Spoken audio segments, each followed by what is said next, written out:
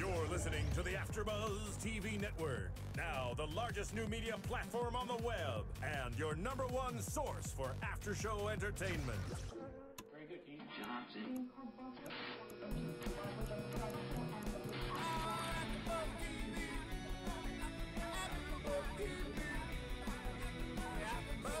The AFTERBUZZ Studios in Los Angeles, California. Presented by Maria Menounos and Bing.com and streaming live thanks to Akamai Technologies. This is AFTERBUZZ TV Suits After Show. We'll break down tonight's episode and get you all the latest news and gossip. And now, another post-game wrap-up show for your favorite TV show. It's AFTERBUZZ TV Suits After Show. There's that song. We just love this song, I right? do. I love it. Hello, everyone. Hello, all my suitors out there. Bing is for doing, and we are here doing another AFTERBUZZ TV After Show for Suits, Season 2, Episode 14. He's back. And we're down one host tonight. Tara is not with us today, but she will be back next week. But to fill in for her, we have to, we're going to hold it down right here. We got 3 awesome ladies up here, and we're going to talk all things suits, suitors. We're going to get lit up. It's going to be a fun show. Yes. Yes, it is. I'm Tiona Hobson, and joining me today, I have 2 lovely co-hosts over here. Melissa Unger.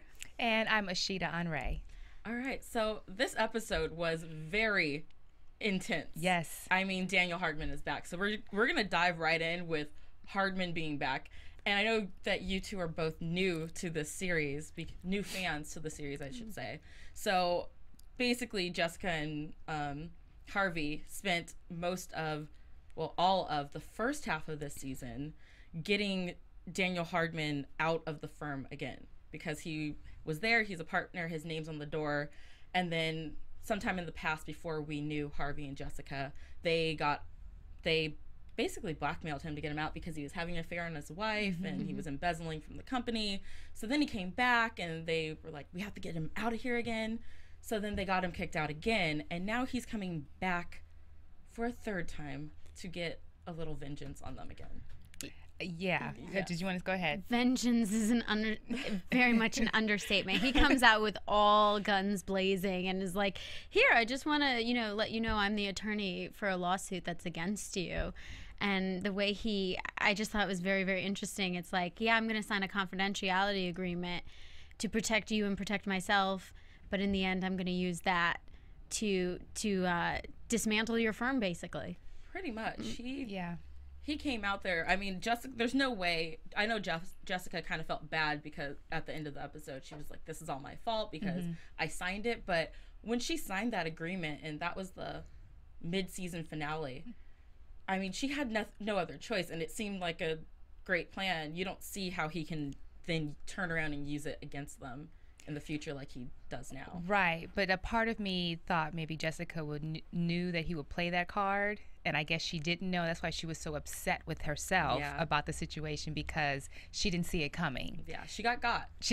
And it's hard to get played, because you just be like, oh, okay. But they got played the entire show.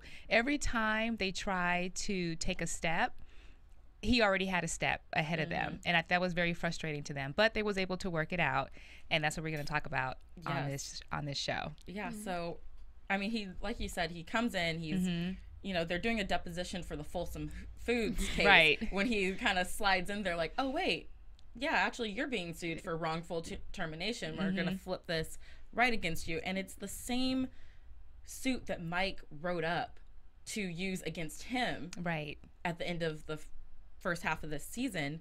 So it's kind of, I mean, he's been at his house planning and plotting this, so he is already 3 steps ahead of anything that they're going to do. Exactly. And this clearly is not okay with anyone in this room right now. I mean, you can just see Harvey and Jessica, they are pissed off. Yeah, they need to take him outside and let him have it. Not in a courtroom, not in a conference room, but actually probably outside in a parking lot. Maybe he got his car keyed or something like that. Who knows? He won't show us that. And he's definitely trying to get in their heads. He pulls when Harvey's escorting him out to the elevator, you know, he's saying like, oh, look, my name's still up here. Why isn't your name up here? Kind of like, Jessica's never going to trust you enough to make you partner. Right. That leads into all these other conflicts that we'll get into later. But I want to talk about when he comes back for Jessica's deposition. Okay. Because I feel like he went at her hard. He did. And was it crossing a line, or is all fair in the courthouse, I guess? I think he was trying to shake her up. That's what I think he was trying to do. And the fact that he just had everything prepared. And like you said, 3, steps ahead of everybody else. So he was just ready. And I think the way that he came at Jessica was just to let him know, like, look, I'm prepared. I'm going to shake you up. And I know you cannot say a word because you signed that confidentiality agreement. So I'm going to take you for $15 million if you even utter or lead into anything that you're not supposed to say. And that was the reason why it was so good. Yes. So I think that that's what it was, that he just rattled her too. Yeah, he did. He did. Harvey had to calm her down, which is different because usually she it's Jessica have to calm Harvey. He's the emotional one, and she's usually the level-headed person. Exactly. Yeah. Well, I think that's what happens when you're a woman. You're called old and barren. Yeah. And she's married to her job. Like, she's never had a boyfriend. Oh my gosh! I think I would have flipped out and slapped him right there. See how far my arm reaches. I don't know. When I heard that, I was like, oh my gosh, I'm surprised she didn't get off the table and like let him have it right then and there. Well, she definitely. Oh, thank you, Marissa. Well, she definitely got up because she knew, and she was like, this is bullshit. Yeah, she had to, because you get to the point where you're like, you know what? If you say something else, you're going to make me really react. So the best thing for me to do is to leave and to walk away and just to let everybody know this deposition is over. And that's exactly what they had to do. Yes, they had to. Point. I mean, the tension between Harvey and Jessica just in those moments is huge, and that is something I want to talk about, just how this is affecting their working relationship, but we'll talk about that later. And then, there's the whole Monica's deposition that he comes back for again. And again, this is another one where Mike has this awesome idea to, we can't say anything about this affair or the embezzlement, but we can have Monica actually say that she was having the affair, and if she brings it up, it's not a breach of contract. Well, I mean, again, they were ahead of the bullet on that one, and they were able to flip that back on Pearson Hardman again, by then accusing Lewis of sexual harassment. And that's the reason why she felt uncomfortable and at work and everything. And in that moment, for me, I was feeling bad for Lewis. I was too, and I was feeling bad for Mike and Harvey because they looked stunned. You see the look on their face? They were like, oh, damn, we got again. But it's like they were listening like they were just brand new on the information, because you see Harvey lean in like, what? What did you say? Wait, what happened? And so I was just like, oh my gosh, you guys are not going to get a leg up on this at all. And he knows that. He was like, oh yeah, so this is something else that he was telling Mike. This is something else that you didn't know about. And so it's always these secrets amongst themselves that gets them in trouble, because Harvey doesn't know what Mike's doing, or Mike finds out what Harvey's doing. Jessica doesn't know what anybody's doing. And then it's like everybody's playing secrets. And so it's biting them in the butt. So they really need to work as a team a little bit and just say, look, let's just put everything on the table. This is what's going on. But luckily they were able to work it out at the end. I mean, and you think that since, they know that they're under attack and they're under war right now. Why wouldn't you all come together to just, like, unite as a front? Like, okay, look, guys, no more going behind each other's backs. No more secret meetings, like, where you're ambushing, the opposing person outside their workplace. Which Mike does. And I love that Jessica did call, when Harvey tried to get mad about it, she called him out. She was like, that's what you would have done. He is you. You have trained him. He's doing everything just like you would, so you know what a pain in my side you are. Because you have him now. But it's like they do need to come together. They need to stop hiding everything from each other. I mean, during this whole thing, too, I felt bad for Mike because, he doesn't know that Jessica's the real reason why he went after Monica to begin with. And he's apologizing like, Jessica doesn't deserve this. Jessica doesn't deserve this. And Monica's like, look, kid, you're being really naive right now and kind of dumb. Like, you need to open your eyes and see. But she was being a little vindictive because she was like, do you know what Jessica said to me? She said, I don't care. And so now she doesn't care. But Mike is trying to tell her that, you know, they're using you to go after the firm. It's not necessarily your case that is really caring about. There's a bigger picture here. But just because the fact that Jessica didn't care about her and didn't care about the situation, like, look, I did not know he was embezzling money. And so she's like, you know what, I'm going to get her back. Yeah, and that was her whole reasoning. Nothing like a scorned woman. Exactly, right. Yeah. Ooh, that is crazy. Right, exactly. So after this whole deposition where they accuse Lewis of being, you know, sexually harassing Monica, Harvey's then kind of, you know, not attacks, but he confronts Daniel in the men's restroom. They do a lot of scenes in the bathroom. I know. Yeah, I don't get that either. Yeah, I'm like, is this really where deals are made? You yeah, know? What if somebody else is in there and they don't want you to know that they're in there, so they're just really, really quiet? Yeah, they're like, no bathroom's private. It's kind of awkward, I think, to do business in a bathroom, but you know. I think ladies do business in a bathroom. I think men tend not to. I don't know. There's something about the bathroom and the elevator that gets a lot of airtime. TV time. And I don't know if it's because there's no witnesses, nobody can see it, nobody can hear it, there's no cameras. So I'm wondering if that's the reason why there's a lot of action in the bathroom and in the elevator. That would make sense because, I mean, it's uncommon to see characters on TV in a bathroom. Right. When you think about it, sometimes I'm watching shows and I'm like, wait, do they ever go to the bathroom? Because no one's ever in the bathroom. Right. But here they use the bathroom a lot at Pearson Hardman.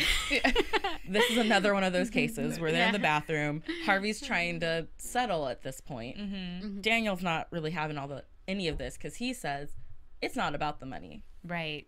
To me, I'm basically just trying to drain you of all your resources to make you guys go under, and then you guys lose everything, just like I have. Right. And at that point, you know, I was just thinking, like, man, he might actually pull this off because what he's trying to do is actually working. He's already 5 steps ahead of everyone. So how are they going to be able to stop this? And is this too far for him to, you know, for his revenge, I guess, on the firm? Like, wouldn't you I don't know, I think I'd want the 15 mil personally, right? But like, you know, just breach your contract, I'll take 15. Yeah, you know. But I think the ultimate reason that he wants is he just wants the demise of the firm. Yeah. So whether that's what he said, whether it's 15 million or whether it's the other cases, you guys are going down. I'm gonna bleed you dry. Yeah. So, yeah. Melissa just getting it. I know, right? But it's a lot of money. But Jessica didn't want to cave either. She was it's two egos versus one another, I feel like. Oh, that's a really good point. Yes. Yeah, and you could take it as far as bringing up the Kardashians and Chris Humphries. You know, it's the same kind of thing. It's not about the money. It's about the egos and the principle and who's right and stuff. And I was surprised that she did not. I mean, just sign it and you're done with it. You know, you're risking everything. For this one thing. For this one thing, yeah. I was very surprised. But I think the only way they're really going to be able to kind of turn the tables on Harvey is stop acting how they typically do. You know, they really have to look inside themselves and say, listen, he's 5-10 steps ahead of what we would usually do. What is something that we're not going to typically do? Which they end up kind of figuring out at this point because they realize that Mike's idea wasn't half that bad. It was just being aimed at the wrong person. So now they're bringing Daniel back in for his deposition. There's a lot of depositions going on in this episode. Yes. You know, everything was happening in the conference room. I love that they had in his old office that they turned into a conference room. Like, this is what we think of you. Right. Your beautiful office that we could give to anyone, we're just using it as our conference room now. No big, you know, it's just where everyone can just kind of come in, and we're really sticking it to you, I guess. And leave your stale coffee in there. Yeah. It's like this is like our trash room basically now. So basically they do get him to confess that he had the affair with Monica, but he says that, you know, it doesn't really matter that you have this because you still are the one who fired her within 24 hours of finding out about it, and that's all that matters. So my question is, because I don't know much about law, is he right, and is this over, or is this just the beginning of the fight? I think he is partially right you know, because it was the way that it was viewed as, you know, discrimination, because she said, I don't know anything about embezzlement, but she still fired her. And then the fact that she had to go to Lewis and send in her resignation letter to Lewis. So all those factors played in a role. And the reason why is because she made a statement saying, well, I was sexually harassed by Lewis, and you making me go back to Lewis to go and turn in my resignation letter. So he had all the points, like he had all his I's dotted and his T's crossed on every angle. Every angle. So they were forced to take the heat on that one, where they didn't have a comeback. You see, when they just sat there, and it was just like, okay. And then you can see the look on Mike's face at that point, because he didn't know that either. Yes. So he threw the cigarettes back at him. So he did not know, which prompted him to go meet the client.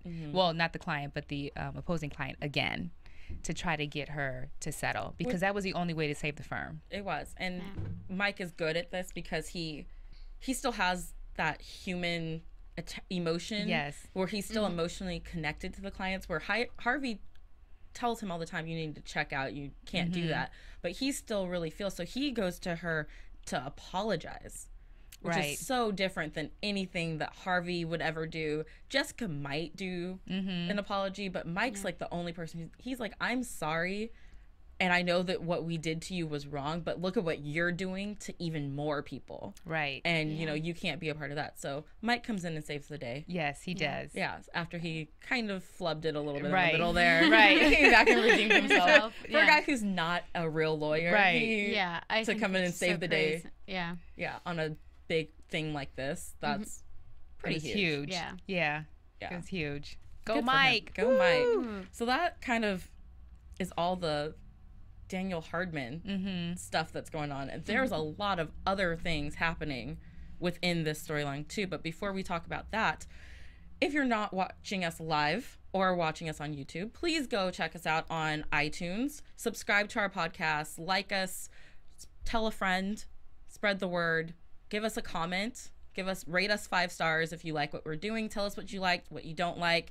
Give us a little feedback so that we know how to cater to you, because we're just fans of the show, just like you guys are. So if there's anything we're missing that you guys want to talk about, want to share with us, please do so on iTunes. Yay. Join the AFTERBUZZ Nation. AFTERBUZZ Nation. Love it. All right, let's talk about Harvey and Jessica, because I believe it was last week in our predictions. We talked about how this whole thing was going to bring up a lot of tension between Harvey and... that made that prediction? I think that was you. Okay, I was like, I couldn't remember who said it. Should have put money on it. I put $15 million. And oh my goodness, the tension between them, because you also said that maybe there was something sexual between Harvey and Jessica. Is that you or Tara who said that last week? Well, probably me, because I'm always talking about something sexual. So when I was watching the episode this week, I was looking for it, and there was a couple moments right after her deposition when she's like, I think you should have stepped in sooner, and Harvey was like, I'm not your husband. Right. At that moment, that's when it clicked in my head, like maybe there could be something there, but then everything was just so tense and between them after that I picked up on something else. Yes. You know, Donna. Yes, I did pick up on something else, but I'll go back to Jessica and Harvey's relationship. It did bring tension to both of them, this particular episode, only because Jessica was feeding in her ego. And I knew Harvey was right the entire time. You have to settle. It will break us. And she just would not do it until at the very end she was forced to. But you can see why she didn't want to, because she felt like she looked stupid, on both accounts. So I understand why their relationship was difficult, when they were bantering back and forth. But with Donna, and this is what I picked up on with Donna and her explaining how she smacked, what is it, Jeff? Daniel. Daniel. Yeah. Sorry. Smacked him twice, and how they were going back and forth with that. That was but a great then, scene. yes, that was I loved it. And Louis Littman in the elevator. Yes. That was a great scene. If you even so much as tell me the wrong time, I will kill you. Ouch. Love it. Love it. Love it. Lit Love it. up Yeah. right there. You've been lit up. You've Daniel been lit Hardman, up, right. in the elevator. Exactly. And he could not say a word. He didn't even say anything back. I think he saw it in his eyes, like, okay, he's not playing. He would really try to come after really me. will. Yeah. So, but anyway, back to Donna. And so when Jessica was coming out, he was like, well, look at you. Don't you look beautiful? And then you can just see, it was almost like an inflation, like her bubble just popped, like, my oh gosh. God, I just had my moment, and now my moment is gone because Jessica's coming in here looking beautiful. Yeah. And you could tell she thought for a second he was talking to about her. And I did Yes. too. My heart melted for her because there's that whole history where in the beginning of the season, Donna is fired because of, you know, the letter that Daniel Hardman planted Right. that she never got. And then when he's questioning her on trial and stuff, you know, there's that moment where he's questioning her about her and Harvey's relationship. And it's like, it was there that I got really excited. I was like, yes, they're finally gonna have one. Right. And then it went down this whole other road, and then now you could see that she kind of thought it was happening. And I just love Donna so much. Like, Donna I do is too. my girl. Yeah. Yeah, but I'm gonna wait to predictions to Okay, get my we'll little get- prediction going on here because I think there's something there. Oh yeah. Yeah. So I'm yeah. Okay, do your we'll thing. Yeah, predict- we'll predict We'll that. predict it. Yeah, so we'll get back to Harvey and Jessica. And Jessica kind of doing her sneaky things on the side, going She's to see still Robert doing, Zane. yes. Oh my gosh. When yeah, she that showed was- up at Robert Zane's house, Looking Yeah. fabulous. looking fabulous. What was that about? I don't know, but Yeah. the first time she showed up fur. and Rachel opened the door, and it was kind of that awkward, like, oh crap, my Very boss is at my front door right Right, now. right. And Jessica kind of hesitates, and it made me question, like, did Jessica not know from last week that Rachel is Robert Zane's daughter?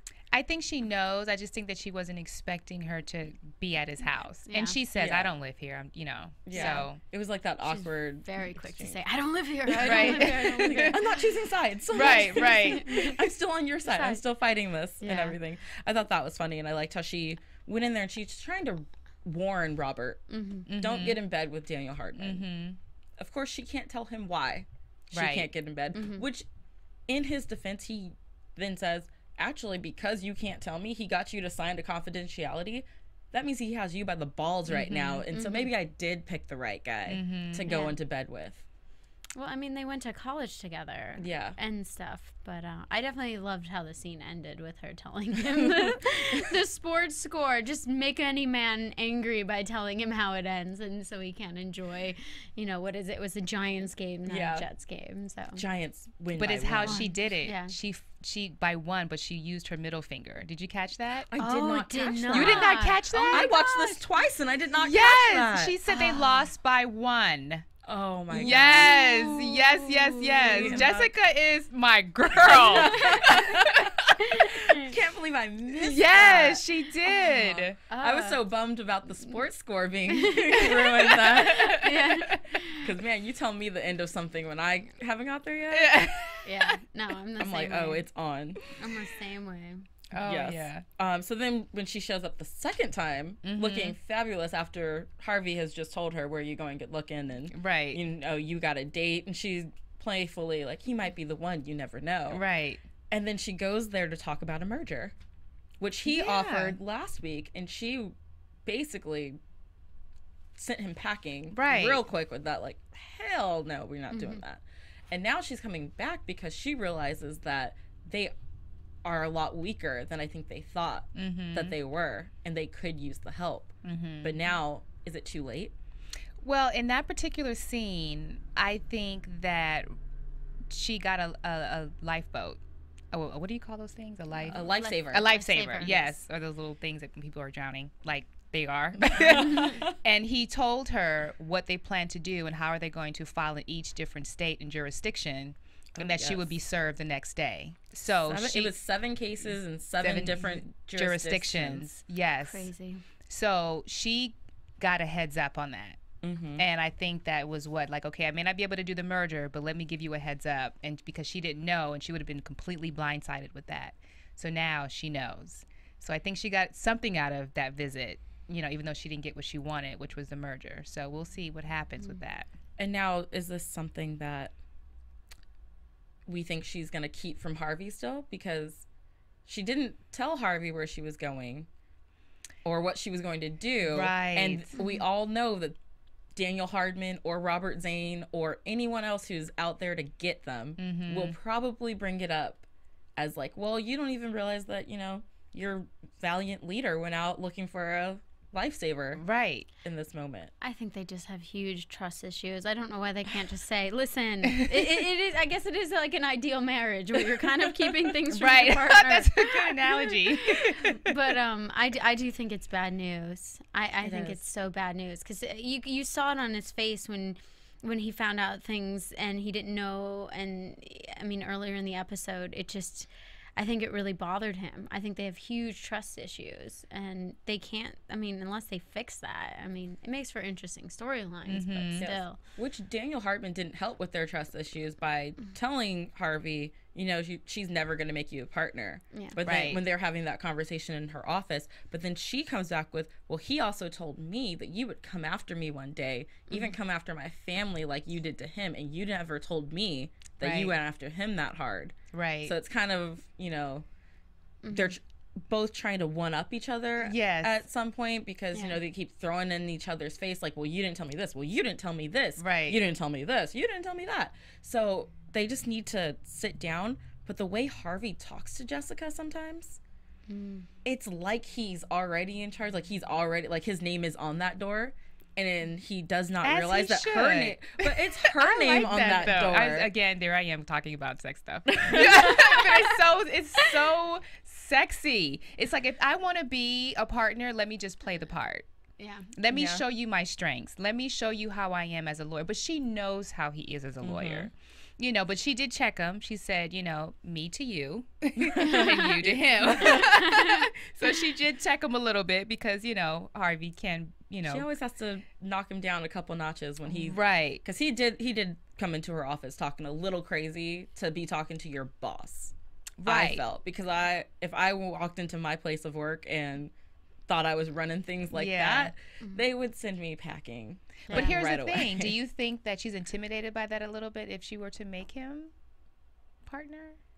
I think it goes back to the trust issue. Yeah, I think it goes back to the trust because I think a little bit of what Daniel Hardman said to him, that Jessica doesn't trust you, is true because Jessica knows that she created a monster in Harvey and she sometimes loses control of this monster. She does not have control of him like she used to. Right. He goes off and does his own thing. When she says yes, he says no. You know, there's that whole thing going on. So by putting his name up there, he is now representing her and like this whole company, and that's a lot of power for someone like Harvey. Right. Yeah. But I think he'll do good with it. He has his moments where he could, because he's already, I mean, he's a pretty cocky guy. Right. And then you give him even more power. Right. I mean, at least he backs his stuff up, though. Yeah. Yes. Because you can't be cocky and not back it up. If you're backing it up, then I'm cool with you being cocky because you know what? At least he's got a rap sheet to back it up. Right, right. That's true. Yeah. That's so true. So we'll see. With all that tension and drama and insecurities and trust issues, if they ever do get together, it's going to be a nightmare. It will be. They should just keep it far away. It would be like, if they ever got together, it would be in the office. And it would be like a Grey's Anatomy type of scene where they're like in the on-call room, you know? It's just like, oh, we're so tired and we're fighting. And then we just disappear for a minute and then come out like nothing happened. Yeah. That's how I could see Harvey and Jessica getting down if it were to happen. But I also see the way that they respect each other. At the end of the day, they always come back and they have, you know, their final conversation and they respect each other. And I think that's huge. Yeah. So with that, I think that Jessica won't cross Harvey in a bad way and Harvey won't cross Jessica because of the respect that they have for each other. Yes, we know this. They need to learn this now. Yeah, they do. Just need to they do. learn it. And speaking of complicated relationships, let's talk about Mike and Rachel in this episode. Yes, okay, let's talk about it. complicated, right? Because last I checked, she was still pretty upset about him in the bed with his friend, even though I think we kind of decided that maybe it was a little bit of an overreaction from her, since she did shut him down and say that, you know, you're in an emotional state because you just lost your grandma and you're going to make stupid decisions. And he went and made a stupid decision. I mean, you called it, Rachel, and then he did it. So she was mad. Now, you know, Mike's coming to her for help on because he wanted to help out on the case and everything. And she's working on her Harvard application and she can't quite get it done. And they just spend a lot of time kind of during this episode helping each other out. So it was nice to see Mike and Rachel kind of back a little bit, because that's how they've always been, where they're always helping each other when they need it and everything. And it was kind of nice to see them there, but you could see they were both still kind of like awkwardly hesitant with their sexual tension. Yeah, I'm just ready for Rachel to get her backbone. Like, if you want to go to Harvard, go. Don't lie about 1 minute. Yeah, I did my application. No, I didn't do my application. It's like, you know, this whole you and your dad thing. Do what it is you want to do. And I'm glad she came to that conclusion. Yes. Like, okay, let's get that together. Now, as far as them two together, I think that there's the story is going to keep up. Well, that's predictions. Let me just. I'll wait. Because I get so wrapped up in these characters, I'm like ready to talk, and I'm just like, okay. Like, save it for predictions. Yes, I'll save it. But I love that the breakthrough on her essay, how she came to it, because Mike tells her the story about his interview with Harvey to get the job, which after that episode, I went back and I watched that part of the season. No, he does tell her. Oh, okay. Tell Harvey, basically, I will be the best lawyer. He's also on the run from the cops because he has a suitcase full of weed. Right. But, I mean, that has nothing to do with anything. You can still be a good lawyer with a case full of weed. Exactly. I love that she came in and it's like, look, I had a breakthrough on my essay, and this is what I'm going to tell them. I'm a paralegal, so I already know the law. I already work here. I've already worked here longer than most of, you know, our partners have and associates have, so I'm not going to back down. And that's just the type of, it's Rachel kind of getting her backbone, like you said, you know, and it's a strong female character who finally knows what she wants and she's going after it, and she's not going to take no for an answer. I'm so happy she's there. Yes. Yes. I love that she didn't even apply anywhere else. As scary as that was for, I was like, what? You're not going to have a backup plan? Right. Yeah, I love when he said that there's no plan B, and she's like, well, I want to work here, and they only hire from Harvard, so there's no point for that. I thought that was like, wow, from someone who doesn't necessarily like have like a lot of inner strength and kind of getting her own. I was surprised that she was like, nope, this is my one plan. It's got to happen. Yes. But that's what they always say. If you don't have a plan B, then plan A has to work. Absolutely. Which, hopefully it will. Yeah. We talked about Lewis and Donna's revenge on Daniel Hardman. I love that Donna slapped him twice. Yes. I love that Lewis threatened his life. Yes. In the elevator. In the elevator. And that was just awesome. So overall, I really enjoyed this episode. And I think that it was very tense when it needed to be. It had its breaks when it was kind of calm and still. And great episode. Yeah. So anything else you guys wanted to? I always love when a woman slaps a man in television or film. That was awesome. It's not necessarily always legal. You can ask Zsa Zsa Gabor. She got arrested for slapping a cop. But I always love it in television and film. So yeah. All right. So let's move into a little bit of news and gossip. Okay. AFTERBUZZ TV News. Okay, so I found this article on the Box interview with Meghan Markle, who plays Rachel. And she confirmed, like we know, that there's going to be a third season. They're starting to shoot in Toronto in March. So they're going to start shooting soon. They're going to be filming for 8 months up there. Whoa. And season 3 is going to be how this season was, with 10 episodes on one side of the season and then a break, and then 6 episodes in the winter season, which I'm still not sure how I feel about that, because I kind of like all of my episodes together. Right. I don't like having 6 on the back end. Like, split it up 8 and 8 or something more even, maybe. I don't know, USA. It's up to you.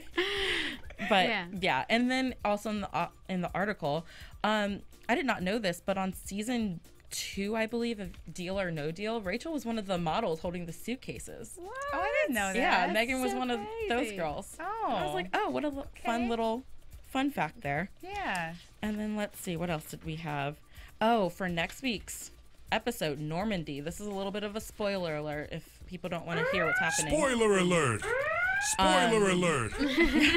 Abigail Spencer is coming back. She played Scotty, who's kind of Harvey's rival slash kind of love interest in a way on the show. So and she comes over from London. She's like the British Brant or whatever. So she's coming in and she's about to bring a whole lot more drama for Harvey and Jessica and their battle and everything. And it says she's bringing the full force of her British firm.